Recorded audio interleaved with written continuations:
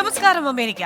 ഒരിടവേളയ്ക്ക് ശേഷം വീണ്ടും ചർച്ചയാവുകയാണ് ദ കേരള സ്റ്റോറി എന്ന സുദീപ് തോസൻ സിനിമ. പ്രണയക്കുരുക്കിനെ കുറിച്ച് പെൺകുട്ടികളെ മനസ്സിലാക്കാനെന്ന പേരിൽ ഇടുക്കി രൂപത സിനിമ പ്രദർശിപ്പിക്കുന്നു. പിന്നാലെ താമരശ്ശേരി, തലശ്ശേരി രൂപതകളും.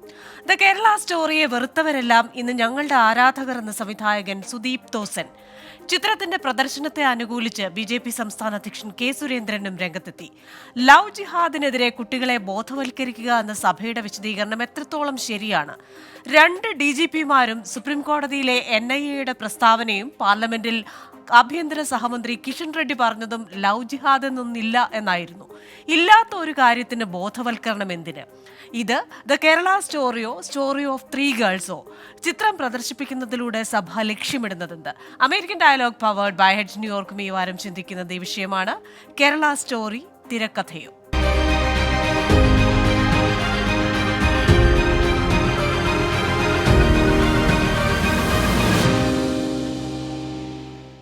ഇന്നത്തെ എന്റെ അതിഥികൾ: സാമൂഹിക നിരീക്ഷകനായ രാഹുൽ ഈശ്വർ, മലയാളി മുസ്ലിം നോർത്ത് അമേരിക്ക അംഗവും IT പ്രൊഫഷണലുമായ ഷെമി അന്ത്രു, ഫോമ നാഷണൽ കമ്മിറ്റി അംഗവും Los Angeles Oruma Malayali association പ്രസിഡന്റുമായ ജോൺസൺ ജോസഫ് എന്നിവരാണ്.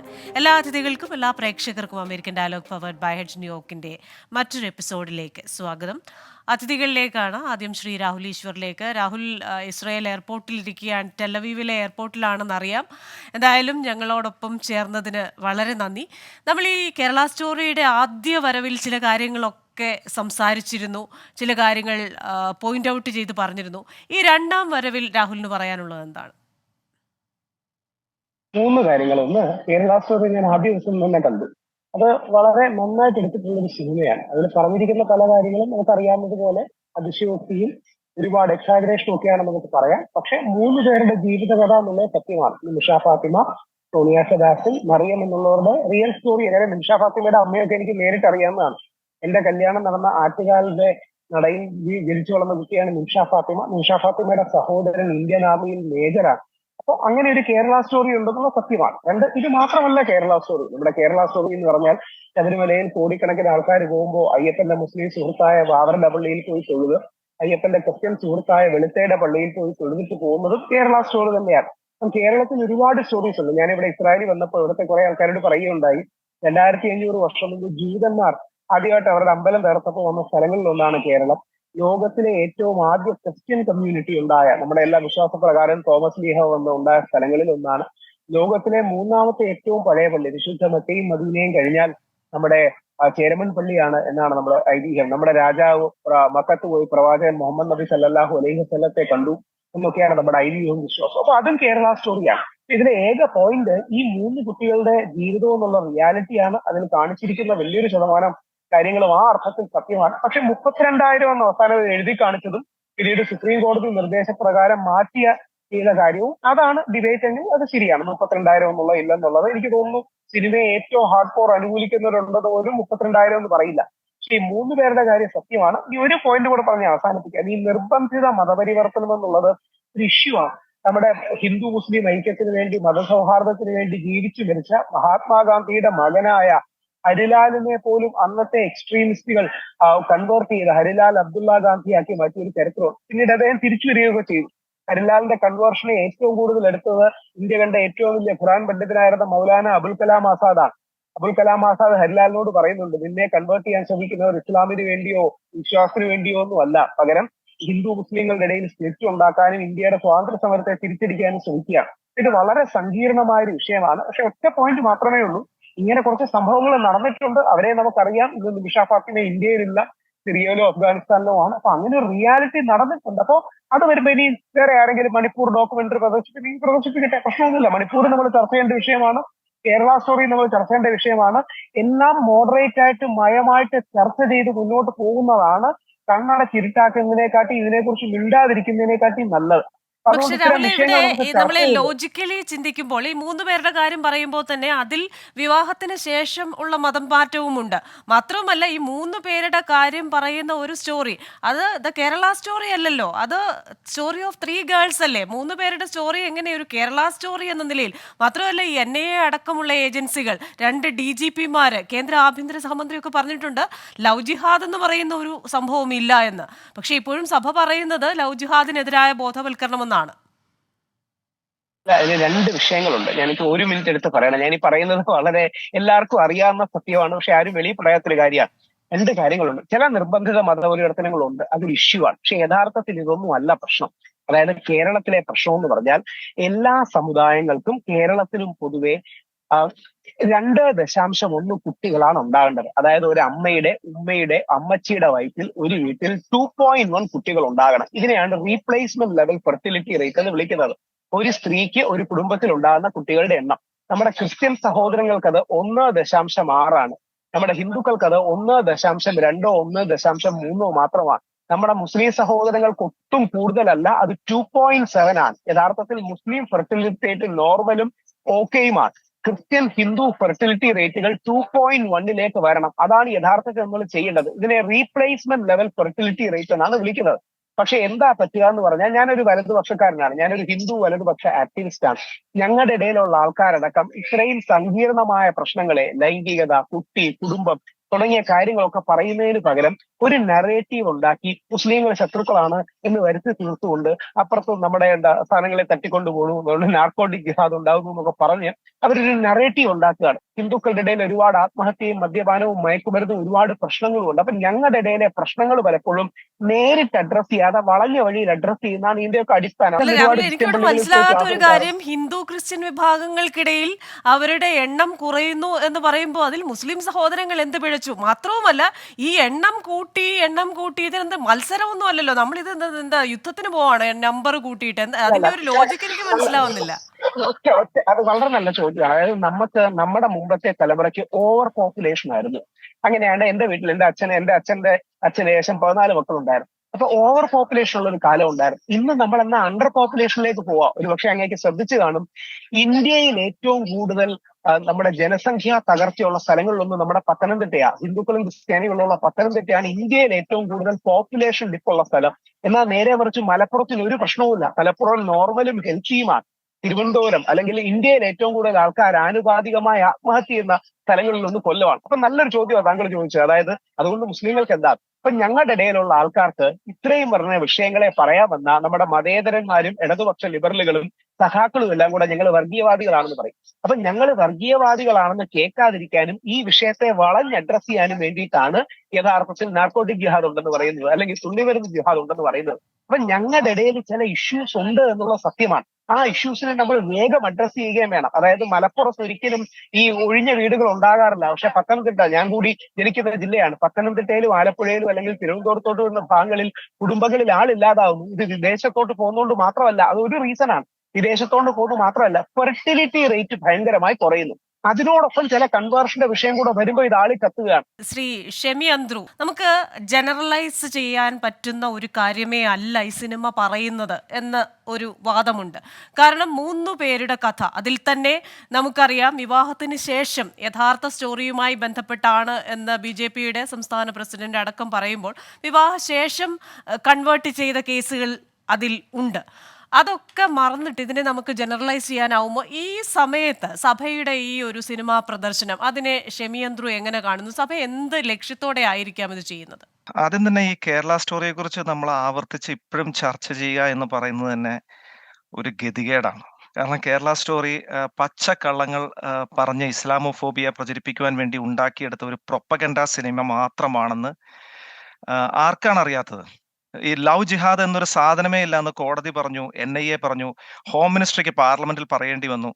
പിന്നെ വീണ്ടും ഈ ഇലക്ഷൻ സമയത്ത് സംഘപരിവാർ വീണ്ടും കേരള സ്റ്റോറിയുമായി വരുന്നത് നമുക്ക് മനസ്സിലാക്കാൻ സാധിക്കും. ഇവർക്ക് വേറെ ഒന്നും ജനങ്ങളോട് പറയാനില്ലാത്തതിന്റെ പേരിൽ മാത്രമാണ് ഈ പ്രൊപ്പഗൻഡയുമായി വീണ്ടും ഇലക്ഷൻ സമയത്ത് വരുന്നത്. പക്ഷെ എന്നെ ഏറ്റവും കൂടുതൽ അത്ഭുതപ്പെടുത്തിയത് ഇപ്പം കത്തോലിക്ക സഭ ഈ കേരള സ്റ്റോറി ഏറ്റെടുത്ത് അത് കുട്ടികളെ പഠിപ്പിക്കുന്നതിന്റെ ഭാഗമായിട്ട് ഒരു റഫറൻസ് മെറ്റീരിയൽ ആയിട്ട് കത്തോലിക്ക സഭ കുട്ടികളെ അത് കാണിക്കുന്നു. ഇത് എന്താണ് ഇതിലെന്താണ് ശരിക്കും പറഞ്ഞാൽ കത്തോലിക്ക സഭയുടെ അധ്യക്ഷൻ മാർപ്പാപ്പയാണോ അതോ സംഘപരിവാർ ആണോ എന്ന് സംശയിച്ചു പോവുകയാണ്. കാരണം മാർപ്പാപ്പ പല പ്രാവശ്യം വ്യക്തമാക്കിയിട്ടുള്ളതാണ് ഇസ്ലാമോഫോബിയക്കെതിരെ പല പ്രാവശ്യം മാർപ്പാപ്പ സംസാരിച്ചിട്ടുള്ളതാണ്. ആ ഇസ്ലാമോഫോബിയ പടർത്തുന്ന ഒരു സിനിമയായിക്കൊണ്ട് ഈ കേരള സ്റ്റോറിയെ കത്തോലിക്ക സഭ ഏറ്റെടുക്കുമ്പോൾ നമ്മൾ എന്താണ് അതിൽ നിന്ന് മനസ്സിലാക്കേണ്ടത്?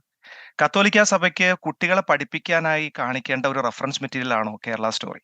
എൻ്റെ അഭിപ്രായത്തിൽ കേരള സ്റ്റോറി എന്താണ് എന്ന് വളരെ വ്യക്തമായിട്ട് പറഞ്ഞ് മനസ്സിലാക്കുന്ന വളരെ ഫേമസ് ആയിട്ടുള്ള ധ്രുവ് രാത്തിയുടെ ഒരു വീഡിയോ ഉണ്ട്, ഒരു യൂട്യൂബ് വീഡിയോ ഉണ്ട്. അതാണ് ശരിക്കും കുട്ടികളെ കാണിക്കേണ്ടത്. അതൊരു നല്ലൊരു റഫറൻസ് മെറ്റീരിയൽ ആണ്. എങ്ങനെയാണ് പച്ചക്കള്ളം പ്രൊപ്പഗൻഡയ്ക്ക് വേണ്ടി ഉപയോഗിക്കുന്നത് എന്ന് ധ്രുവ് രാത്തി അതിൽ വ്യക്തമാക്കുന്നുണ്ട്. അതാണ് ശരിക്കും കുട്ടികളെ കാണിക്കേണ്ടത്, കുട്ടികളെ പഠിപ്പിക്കേണ്ടത്. ഇപ്പൊ ഇവിടെ രാഹുൽ ടീച്ചർ കുറച്ച് പ്രശ്നങ്ങൾ ഞങ്ങളുടെ ഇടയിൽ തന്നെ ഉണ്ട് എന്ന് സമ്മതിച്ചു. അത് ശരിയാണ്. അദ്ദേഹം പറഞ്ഞതിൽ ഇവിടെ ഞാൻ യോജിക്കുന്നു. ഓരോ ഐഡിയോളജിയിലും ഓരോ മതത്തിലും അതിൻ്റെതായ ആ മതത്തിൽ അനുയായികൾക്ക് അവർക്ക് ചെറിയ ചെറിയ പ്രശ്നങ്ങൾ പല കാര്യങ്ങളിലും, ഇപ്പൊ ഈ ഫെർട്ടിലിറ്റി റേറ്റിനെ കുറിച്ചാണ് അദ്ദേഹം ഇവിടെ സംസാരിച്ചത്. അങ്ങനെ പല കാര്യങ്ങളും പ്രശ്നങ്ങളും ഉണ്ടാവാം. അതിനെ അഡ്രസ്സ് ചെയ്യുന്നതിന് പകരം ഈ സിനിമയെ നമ്മൾ 3 പേരുടെ കഥ എന്ന് പോലും പറയുന്നത്, അങ്ങനെ അതിനെ അങ്ങനെ പോലും നമ്മൾ അതിനെ ന്യായീകരിക്കരുത് എന്നാണ് എൻ്റെ അഭിപ്രായം. കാരണം ഇത് പ്രൊപ്പഗണ്ട അങ്ങനെയാണ് വർക്ക് ചെയ്യുന്നത്. 3 പേരുടെ കഥ എന്ന് പറഞ്ഞൊരു സിനിമ എടുക്കുക, 35,000 പേര് പോയി എന്ന് പറയുക, അതിൽ തന്നെ അർദ്ധസത്യങ്ങളും പച്ചക്കള്ളങ്ങളും പറയുക. അത് കുട്ടികളിൽ എന്ത് ഇൻഫ്ലുവൻസ് ആണ് അത് കുട്ടികളിൽ ഉണ്ടാക്കുക? ശരിക്കും വെറുപ്പും വിദ്വേഷവും പ്രചരിപ്പിക്കുക എന്നതിൽ ഉപരി ഒരു ഗുണവും സമൂഹത്തിന് ഈ സിനിമ ഉണ്ടാക്കുന്നില്ല, ഒരു ഗുണവും.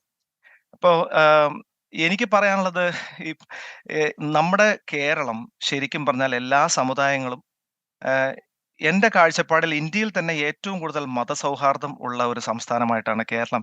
ഞാൻ 23 വർഷത്തോളം കേരളത്തിൽ ജനിച്ചു വളർന്ന് ഈ പറയുന്ന ഇടുക്കി രൂപതയുടെ ഇടുക്കി ജില്ലയിലെ അടിമാലി എന്ന് പറയുന്ന ഒരു ഗ്രാമത്തിൽ ജനിച്ചു വളർന്ന ആളാണ്. എൻ്റെ ചുറ്റുപാടും ക്രിസ്ത്യൻ സമുദായങ്ങളും ക്രിസ്ത്യൻ വീടുകളുമാണ് ഉണ്ടായിരുന്നത്. ഒരുപക്ഷെ ഞാൻ പെരുന്നാൾ ആഘോഷിക്കുന്നതിനേക്കാൾ കൂടുതൽ ആഘോഷിച്ചിട്ടുണ്ടാവുക ക്രിസ്മസ് ആയിരിക്കും. അപ്പോൾ എല്ലാ സമുദായങ്ങളും വളരെ ഒത്തൊരുമയോടുകൂടി ഇടകലർന്ന് ജീവിക്കുന്ന ഒരു സമൂഹമാണ് കേരളത്തിന്റെ സമൂഹം. അതുകൊണ്ട് തന്നെയാണ് സംഘപരിവാറിന് കേരളത്തിൽ ഇതുവരെ കാലുറപ്പിക്കാൻ കഴിയാത്തതും. അങ്ങനെയുള്ള ഒരു സമൂഹത്തിലേക്ക് ഇത്തരം വെറുപ്പും വിദ്വേഷവും കുത്തിനിറയ്ക്കുന്ന നടപടികളുമായിട്ട് പോകരുത് എന്നാണ് എൻ്റെ അഭിപ്രായം. ഇത് ഈ എല്ലാവരെയും എല്ലാ കാലത്തും പറ്റിക്കാൻ പറ്റില്ല. ഇത് എന്താണെങ്കിലും പുതിയ തലമുറയെ ഇവർ ശരിക്കും അണ്ടർ എസ്റ്റിമേറ്റ് ചെയ്യാണ് ചെയ്യുന്നത്. പുതിയ തലമുറയ്ക്ക് ഈ സിനിമ കാണിക്കുന്നത് വഴി ഇന്നല്ലെങ്കിൽ നാളെ അവർ സത്യം മനസ്സിലാക്കും. അവർ ആ സിനിമയെക്കുറിച്ച് ചിലപ്പോൾ പഠിക്കും. അവർ എന്തായിരുന്നു ഇത് യഥാർത്ഥത്തിൽ എന്താണ് ഉദ്ദേശിച്ചതെന്ന് അവർ മനസ്സിലാക്കും. അപ്പൊ സഭ എവിടെ നിൽക്കും? പച്ചക്കള്ളങ്ങൾ കുട്ടികളെ പറഞ്ഞു പഠിപ്പിച്ചു എന്ന സ്ഥാനത്ത് സഭ നിൽക്കും. അതാണോ സഭയ്ക്ക് വേണ്ടത്? കത്തോലിക്ക സഭയെക്കുറിച്ച് നമ്മളൊക്കെ മനസ്സിലാക്കിയത് കൂടുതലും മിഷണറി പ്രവർത്തനങ്ങളിലൂടെ കേരളത്തിന്റെ വിദ്യാഭ്യാസപരമായ ആരോഗ്യപരമായ മുന്നേറ്റത്തിനൊക്കെ ഒരുപാട് പങ്ക് വഹിച്ചിട്ടുള്ള ഒരു കമ്മ്യൂണിറ്റിയാണ്. അവരുടെ മിഷണറി പ്രവർത്തനങ്ങളൊക്കെ വളരെ ശ്ലാഘനീയമാണ്. അങ്ങനെയുള്ള ഒരു സഭ ഇത്തരം ഒരു പച്ചക്കള്ളങ്ങൾ പ്രചരിപ്പിക്കാനുള്ള ഒരു ടൂളായി വർക്ക് ചെയ്യുന്നത് എന്തിനാണ്? ഞാനതാണ് ഇതിന് ഒരു സംശയം കൂടെ. ഈ കത്തോലിക്ക സഭയുടെ ഈ പ്രവർത്തനങ്ങൾ കാണുമ്പോൾ ഇവർക്ക് എന്തെങ്കിലും മറച്ചു പിടിക്കാനുണ്ടോ? എന്തെങ്കിലും സംരക്ഷിക്കാൻ ഉദ്ദേശിക്കുന്നുണ്ടോ എന്ന് നമ്മൾ ചിന്തിച്ചു പോവാണ്. കാരണം ഇത് എത്രാമത്തെ പ്രാവശ്യമാണ് ഈ കേരള സ്റ്റോറി ചർച്ചയ്ക്ക് വരുന്നത്? എത്ര പ്രാവശ്യം തെളിഞ്ഞതാണ് ഇത് അസംബന്ധമാണെന്നുള്ളത്? ഇടുക്കി രൂപതയുടെ ഒരു ലഘുലേഖ കൂടിയുണ്ട്. ഈ സിനിമ കാണിക്കുക മാത്രമല്ല, അവർ പറയുന്ന വിജിലൻസ് അന്വേഷണത്തിലൂടെ 5000 പേരോളം പോയി ISIS ചേരാൻ പോയി എന്ന് കണ്ടെത്തിയെന്നാണ് പറയുന്നത്. വിജിലൻസ് അഴിമതി അന്വേഷിക്കേണ്ട ഒരു സ്ഥാപനമാണ്. അതായത് പച്ചക്കള്ളവും അസംബന്ധവും പറയുക. അതാണ് ഇപ്പൊ നടന്നുകൊണ്ടിരിക്കുന്നത്. അതെ, നമുക്ക് ശ്രീ ജോൺസൺ ജോസഫിനോട് കൂടി ചോദിക്കാം. ശ്രീ ജോൺസൺ ജോസഫ്, ഈ പറഞ്ഞത് പ്രസക്തമായ ഒരു കാര്യമാണ്. ഈ പറയുന്ന സിനിമാ പ്രദർശനം മാത്രമല്ല, അതിനപ്പുറമായിട്ടൊരു റെഫറൻസ് മെറ്റീരിയൽ, ഒരു സ്റ്റഡി മെറ്റീരിയൽ എന്ന രീതിയിൽ കുഞ്ഞുങ്ങൾക്ക് കൊടുക്കുന്ന ആ ഒരു കണ്ടന്റിൽ പറഞ്ഞിരിക്കുന്ന കാര്യമാണ് പറഞ്ഞത്. വിജിലൻസ് അന്വേഷണത്തിൽ കണ്ടെത്തിയത് ഏത് വിജിലൻസ് അന്വേഷണം? അത്തരത്തിലൊരു അന്വേഷണമില്ല, റിപ്പോർട്ടില്ല. ഇപ്പൊ അദ്ദേഹം പറഞ്ഞതുപോലെ തന്നെ വിജിലൻസ് അന്വേഷിക്കേണ്ടത് അഴിമതിയാണ്.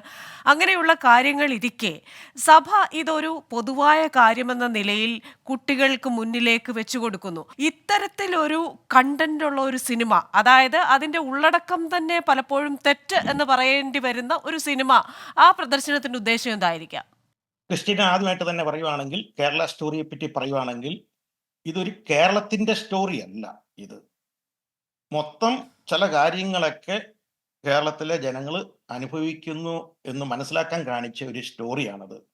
നിങ്ങൾ പലരും പറയുന്നത് കത്തോലിക്ക സഭയുടെ തീരുമാനം. കത്തോലിക്ക സഭ എങ്ങനെ ഒരു തീരുമാനം എടുത്തിട്ടുള്ളതായിട്ട് അറിയത്തില്ല കേരള സ്റ്റോറി പ്രദർശിപ്പിക്കണമെന്ന്. നമ്മുടെ ഇന്ത്യയിൽ തന്നെ 100-ൽ പരം രൂപതകളുള്ളതാണ്. അതിൽ ഒരു രൂപത മാത്രമേ ഇടുക്കി രൂപത ഉള്ളൂ. ആ ഒരു രൂപതയിൽ മാത്രമേ പ്രദർശിപ്പിച്ചിട്ടുള്ളത് ഇതുവരെ ഈ കുട്ടികളെ കേരള സ്റ്റോറി കാണിക്കണമെന്നുള്ള ഒരു കാര്യം.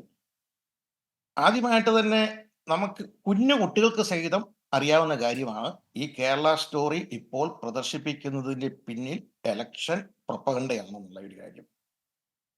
കത്തോലിക്ക സഭയിലും വ്യത്യസ്ത രാഷ്ട്രീയ പാർട്ടികളിൽ വിശ്വസിക്കുന്നവരുണ്ടത്. അത് കമ്മ്യൂണിസ്റ്റ് പാർട്ടിയുണ്ട്, കോൺഗ്രസ് ഉണ്ട്, BJP, ഇതിലെല്ലാം വിശ്വസിക്കുന്നവരുണ്ട്. അതിൽ ചെറിയൊരു ഭാഗം ഇതിനെ അനുകൂലിച്ച് ഇടുക്കി രൂപതയിൽ പ്രദർശിപ്പിച്ചിട്ടുണ്ട്. പക്ഷേ അത് കത്തോലിക്ക സഭയുടെ നയമല്ല, തീരുമാനമല്ല. എന്നും കത്തോലിക്ക സഭ ശ്രദ്ധിച്ചിട്ടുള്ള ഒരു കാര്യമാണ് മതസൗഹാർദ്ദം. കേരളത്തിൽ വർഷങ്ങളായിട്ട് കേരളത്തിന്റെ വികസനം തന്നെ ഹിന്ദു, ക്രിസ്ത്യൻ, മുസ്ലിം ഈ 3 മതസ്ഥരും കൂടി ഉണ്ടാക്കിയിട്ടുള്ള ഒരു വികസനമാണത്. എന്നും കത്തോലിക്ക സഭ നോക്കുന്ന ഒരു കാര്യമുണ്ട്, അന്യമതസ്ഥരെ സ്വന്തം മതത്തിലുള്ളവരെ സ്നേഹിക്കും പോലെ തന്നെ ഹിന്ദുക്കളെയും മുസ്ലിങ്ങളെയും സ്നേഹിക്കുക, അവർക്ക് വേണ്ടിയിട്ട് കൂടെ നല്ല ഉപകാരങ്ങൾ ചെയ്തു കൊടുക്കുക. അതായിരിക്കും ഏത് സമയത്തും ഒരു ക്രിസ്ത്യൻ സഭകളുടെ ഒരു നയം. ക്രിസ്ത്യൻ സഭകൾ ഒരിക്കലും വേർതിരിവ് കാണിക്കാറില്ലത്. ഇന്നവൻ ഹിന്ദുവാണോ, ഇന്നവൻ മുസ്ലിം ആണോ. പക്ഷെ ഈ കേരള സ്റ്റോറി കൂടി നമുക്ക് കാണുമ്പം അത് ഒരുപാട് ഊതിപ്പെരിപ്പിച്ച് കാണിച്ചിട്ടുള്ള പല കാര്യങ്ങളുണ്ട്. കാരണം 34,000 പേരെ ഇവിടെ നിന്നും സിറിയ, അഫ്ഗാനിസ്ഥാനിലേക്ക് പോയി, 1000 പേരെ കൊന്നു കുഴിച്ചു മൂടി. പക്ഷെ ഇതൊക്കെ നമ്മുടെ ഗവൺമെന്റ് ഇതുവരെ പുറത്ത് വിട്ടിട്ടുള്ള ഒരു കണക്കല്ല. ഗവൺമെന്റ് പുറത്ത് വിട്ടിട്ടുള്ള ഒരു കണക്കാണെങ്കിൽ അത് കേരള സ്റ്റോറിയിൽ കൂടി ഇന്ത്യ അടക്കം ചിത്രീകരിക്കുന്നതിന് കുഴപ്പമില്ലത്. ഗവൺമെന്റ് തന്നെ ദൂരദർശനിൽ കൂടി പ്രക്ഷേപണം നടത്തുന്നത്. അതിൽ നിന്നും മനസ്സിലാക്കുന്നത് നമുക്കെല്ലാവർക്കും അറിയാം, ഇന്ത്യയിലെ ജനങ്ങൾ മതസൗഹാർദ്ദം കാത്തു സൂക്ഷിക്കുന്ന ജനങ്ങളെ പരസ്പരം തല്ലി അടിപ്പിച്ച് ന്യൂനപക്ഷങ്ങളായ 2 പേരെ വൈരാഗികളാക്കിയിട്ട് ഭൂരിപക്ഷത്തുള്ള ഏതെങ്കിലും ഒരു സമൂഹത്തിന് ഈ ഇലക്ഷനിൽ വോട്ട് നേടുക. ഇതിന്റെ പിന്നിലുള്ളത് ഏത് കൊച്ചു കുട്ടികൾക്കും അറിയാവുന്ന ഒരു കാര്യമാണത്. പിന്നിൽ ഇത് തന്നെയാണ്. എല്ലാ പ്രാവശ്യവും ഇലക്ഷൻ വരുന്നതിന് മുമ്പ് എല്ലാ പൊളിറ്റിക്കൽ പാർട്ടികളും അവരുടെ വോട്ടിന് വേണ്ടി മാത്രം എന്തെങ്കിലും ഇതുപോലത്തെ കാര്യങ്ങൾ ചെയ്യുന്നതാണ്. അതുകൊണ്ട് തീർച്ചയായിട്ടും കേരള സ്റ്റോറി ഒരു കത്തോലിക്ക സഭയുടെ നയമല്ല. ഏതെങ്കിലും ഒരു ചെറിയ രൂപതയിൽ ചുരുക്കം പേരാണ് അതിനെ അനുകൂലിച്ചിട്ടുള്ളത്.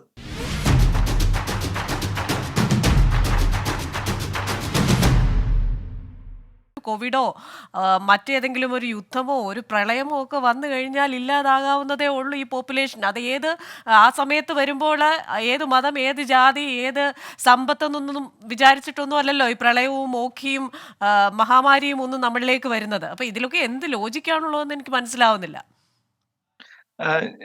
അതാണ് രാഹുൽ പറഞ്ഞത്. ഒരു അരക്ഷിതാവസ്ഥയിൽ നിന്ന്, മറ്റു സമുദായങ്ങളിലുള്ള അരക്ഷിതാവസ്ഥയിൽ നിന്ന് ആണ് ഇത്തരം പ്രശ്നങ്ങൾ ഉടലെടുക്കുന്നത് എന്നതാണ്. പക്ഷെ നമ്മൾ ആയിരിക്കാം അങ്ങനെ, അത്തരം പ്രശ്നങ്ങൾ ഓരോ സമുദായത്തിലും ഉണ്ടാകാം.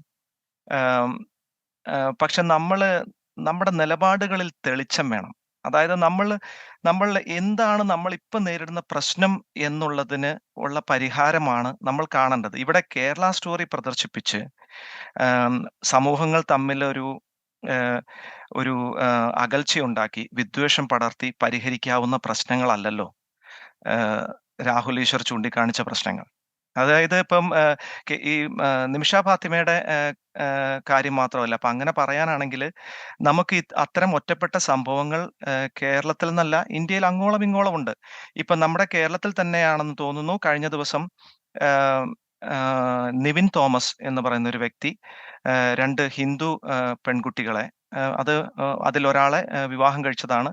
അവർ മതം മാറിയതാണ്. അവര് 2 ഹിന്ദു പെൺകുട്ടികളും നിവിൻ തോമസും അരുണാചൽ പ്രദേശിൽ പോകുന്നു. ഒരു സുപ്രഭാതത്തിൽ അവിടെ ലോഡ്ജ് മുറിയിൽ അവർ ദേഹമാസകലം മുറിപ്പെടുത്തി മരണപ്പെട്ടതായിട്ട് കാണുന്നു. അപ്പോ സ്വയം പീഡനം അനുഭവിച്ച് മരിക്കുക എന്ന് പറയുന്ന ഒരു ബ്ലാക്ക് മാജിക് അതില് വശംവദരായിക്കൊണ്ട് ഇൻഫ്ലുവൻസ്ഡ് ആയി ചെയ്തതാകാം. അപ്പോ ഇത്തരം എക്സ്ട്രീം ആയിട്ടുള്ള ബ്ലാക്ക് മാജിക് ഉൾപ്പെടെയുള്ള കാര്യങ്ങളിലേക്ക് ആളുകൾ പോകുന്നുണ്ട്. അതിനെ നമ്മൾ അഡ്രസ്സ് ചെയ്യണം. അതിന് നമ്മൾ പരിഹാരം കണ്ടെത്തണം. പിന്നെ രാഹുൽ ഈശ്വർ പറഞ്ഞ പോലെ ആരാണ് ഇതിന് പരിഹാരം കണ്ടെത്തേണ്ടത്? ശരിക്കും അധികാര സ്ഥാനത്തുള്ളവർ തന്നെ ആണ് ഇതിന് മുൻകൈ എടുക്കേണ്ടത്. ഇപ്പോ കേരളത്തിലാണെങ്കിലും ഇന്ത്യയിലാണെങ്കിലും മൊത്തത്തിൽ അധികാര സ്ഥാനത്തിരിക്കുന്ന ഗവൺമെന്റുകൾ സർക്കാരാണ് ഇത്തരം സമൂഹത്തിലുള്ള കാര്യങ്ങൾ തുടച്ചു നീക്കാൻ വേണ്ടിയിട്ടുള്ള നടപടികൾ സ്വീകരിക്കേണ്ടത്. ആ സർക്കാർ തന്നെ പ്രൊപ്പഗൻഡ പ്രചരിപ്പിക്കാൻ തുടങ്ങിക്കഴിഞ്ഞാൽ നമ്മൾ എന്ത് ചെയ്യും? നമ്മുടെ പ്രശ്നം അതാണ്. നമ്മൾ ശരിക്കുമുള്ള പ്രശ്നങ്ങളെ ഐഡന്റിഫൈ ചെയ്യുകയോ അതിനെ സോൾവ് ചെയ്യുകയോ ചെയ്യുന്നതിന് പകരം നമ്മൾ പ്രൊപ്പഗൻഡ പ്രചരിപ്പിക്കുകയാണ്. അപ്പൊ പ്രൊപ്പഗൻഡ പ്രചരിപ്പിക്കുന്നവർക്ക് എപ്പോഴും എന്തെങ്കിലും ലക്ഷ്യങ്ങൾ ഉണ്ടാവാം. അവരുടെ ലക്ഷ്യം സാക്ഷാത്കരിക്കാൻ മാത്രമാണ് നോക്കുന്നത്. ഇവിടെ വ്യക്തമാണ് അധികാരം നിലനിർത്തുക എന്നുള്ള ഉദ്ദേശമാണ് ഈ ഇലക്ഷൻ സമയത്ത് ഈ കേരള സ്റ്റോറി എടുത്ത് പ്രചരിപ്പിക്കുന്നതിലൂടെ ഉദ്ദേശിക്കുന്നത്. ശരിക്കും നമ്മൾ ബോധവൽക്കരിക്കേണ്ടത് എന്തിനെ കുറിച്ചാണ്? ഒരു പെൺകുട്ടി അവളുടെ ജീവനും സ്വത്തിനും സുരക്ഷയും അവളുടെ ആത്മാംശത്തെ അതിനെ വളർത്തിക്കൊണ്ടുവരാനുള്ള ഇടപെടലും ഉണ്ടാകുന്ന ഒരു പുരുഷനിലേക്ക് പോകുക, അതിൽ തെറ്റില്ല. എന്നാൽ ഏതൊക്കെ തരത്തിലുള്ള പ്രണയ ചതികളുണ്ട്, അതിൽ ഈ പറയുന്ന പ്രണയ കൊലപാതകങ്ങളൊക്കെ വരുന്നതാണ്. പക്ഷെ അതിനപ്പുറമായി അതിനൊരു മതത്തിൻ്റെയൊക്കെ കളറ് കൊടുത്ത് ഇത്തരത്തിലുള്ള അരക്ഷിതാവസ്ഥ ഉണ്ടാക്കി ഇത്തരത്തിലൊരു സിനിമാ പ്രദർശനത്തിലൂടെയൊക്കെ അത് സാധിക്കുമോ ഒരു ബോധവൽക്കരണം? ക്രിസ്റ്റീന, തീർച്ചയായിട്ടും നമ്മളൊരു സിനിമാ പ്രദർശനത്തിലൂടെ നമുക്ക് ബോധവൽക്കരിക്കാൻ പറ്റത്തില്ലത്. കാരണം സിനിമാ പ്രദർശനം നടത്തുന്നതുകൊണ്ട് നമുക്ക് വ്യക്തമായിട്ട് അറിയാവുന്നതാണ്, ഒരു മതവിഭാഗങ്ങളെ തീർത്ത് മോശമായിട്ട് ചിത്രീകരിച്ച് കേരളത്തിലുള്ള എല്ലാ കൊലപാതകങ്ങളും ആ മതത്തിന്റെ പേരിൽ തന്നെ കെട്ടിവെക്കുന്നതിന് വേണ്ടിയിട്ട് തന്നെയാണ് ഈ സിനിമാ പ്രദർശനം എന്ന രീതിയിൽ പല കാര്യങ്ങളും ചെയ്യുന്നത്. പക്ഷെ നമ്മൾ എല്ലാ മീഡിയ എടുത്തു നോക്കിയാലും കുറച്ചു നാളായിട്ട് നോക്കുവാണെങ്കിൽ ന്യൂനപക്ഷങ്ങൾക്ക് എതിരെയായിരിക്കാം മീഡിയയുടെ പല ഫോക്കസ് ചെയ്യുന്ന പല അഡ്രസ് ചെയ്യുന്ന പല കാര്യങ്ങളും വരുന്നത്. ചോദിച്ച ചോദ്യത്തിൽ പ്രണയ കൊലപാതകങ്ങൾ നടക്കുന്നത് ഒരു മതം മാത്രമല്ല ചെയ്യുന്നത്, എല്ലാ മതങ്ങളും ചെയ്യുന്നുണ്ട് കേട്ടോ. എങ്ങനെ ഇത്? പക്ഷെ ചില മതങ്ങൾ ചെയ്യുന്നത് നമ്മൾ ആരും അറിയുന്നില്ലെന്ന് മാത്രമേ ഉള്ളത്. ഓരോ സഭകൾക്കും അതുപോലെ പ്രത്യേക ഒരു കാഴ്ചപ്പാടുണ്ട്. സഭാ മേലധ്യക്ഷന്മാർ ചെയ്യുന്ന അവരുടെ സഭയുടെ വളർച്ചയാണ് നോക്കുന്നത്. ആ സഭയുടെ വളർച്ച ലക്ഷ്യം വെക്കണമെങ്കിൽ അവർക്കും ഏതെങ്കിലും ഒരു രാഷ്ട്രീയ പാർട്ടികളുടെ പിന്തുണ വേണ്ടി വരുമെന്ന്. അപ്പോൾ ഇത് മനസ്സിലാക്കിയിട്ടായിരിക്കും ഓരോ രാഷ്ട്രീയ പാർട്ടികളും ഈ കുറുക്കന്റെ വിദ്യയിൽ ഈ മതമേലധ്യക്ഷന്മാരുടെ അടുത്ത് ചെന്നിട്ട് എന്തെങ്കിലും അവരുടെ ഡിമാൻഡുകൾ സംസാരിക്കുന്നുണ്ട്.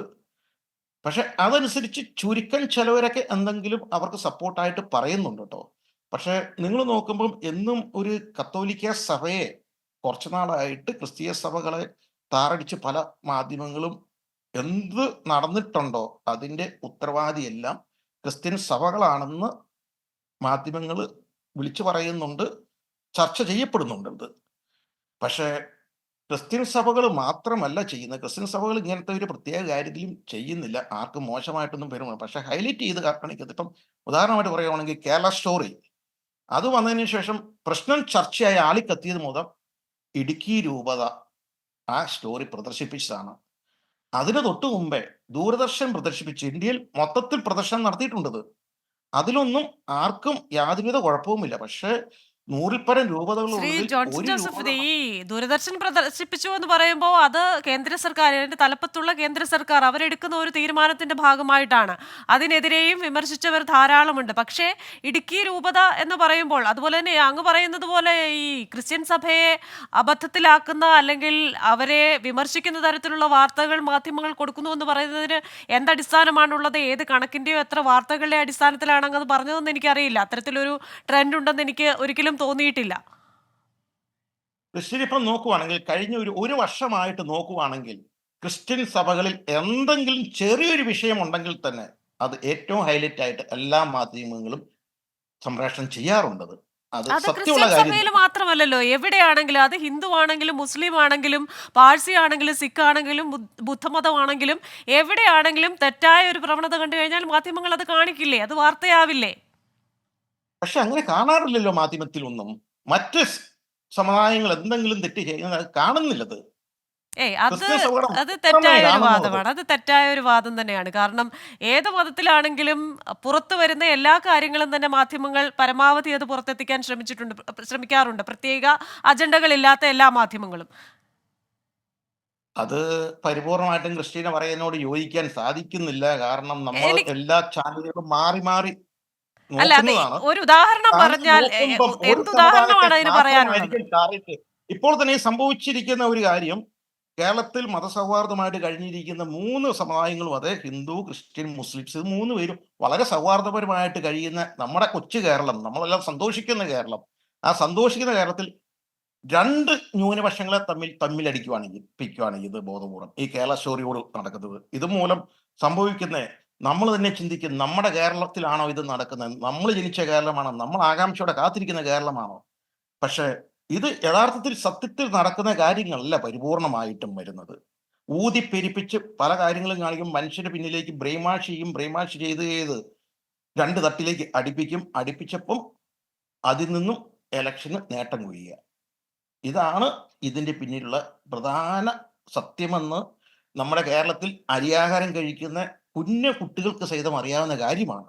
മതനിരപേക്ഷതയുടെ ഭൂമികയായ കേരളത്തെ മത തീവ്രവാദത്തിന്റെ കേന്ദ്രമാക്കി പ്രതിഷ്ഠിക്കാനുള്ള ഒരു ശ്രമം എന്ന രീതിയിലുള്ള ഒരു സിനിമയെ ഒരു ഉദാഹരണമാക്കിക്കൊണ്ട് ആ സിനിമയ്ക്കപ്പുറം ഒരു റെഫറൻസ് പോയിന്റ് എന്ന നിലയിൽ, ഒരു വിജിലൻസ് അന്വേഷണത്തിന്റെ ഫലമെന്ന നിലയിൽ 5000-ഓളം പേർ കേരളം വിട്ടു എന്നൊക്കെ പറയുന്ന ഡേറ്റയടക്കം ഈ കുട്ടികളിലേക്ക് ഈ തെറ്റായ കാര്യങ്ങൾ പ്രചരിപ്പിക്കുന്നത് എന്തിന് എന്ന ചോദ്യം ഇവിടെ അവശേഷിപ്പിക്കുകയാണ്. ആ ചോദ്യം അവശേഷിച്ചുകൊണ്ട് തന്നെ American dialogue powered by hedge ന്യൂയോർക്കിന്റെ ഈ എപ്പിസോഡ് ഇവിടെ പൂർണ്ണമാവുകയാണ്. വളരെ നന്ദി ശ്രീ രാഹുൽ ഈശ്വർ ചേർന്നത് ടെല്ലവീവിൽ നിന്നാണ്. അതേപോലെ തന്നെ ശ്രീ ഷെമി അന്ത്രു ആൻഡ് ശ്രീ ജോൺസൺ ജോസഫ്. അടുത്ത ആഴ്ച മറ്റൊരു വിഷയവുമായി വീണ്ടും കാണാം. Till then stay safe.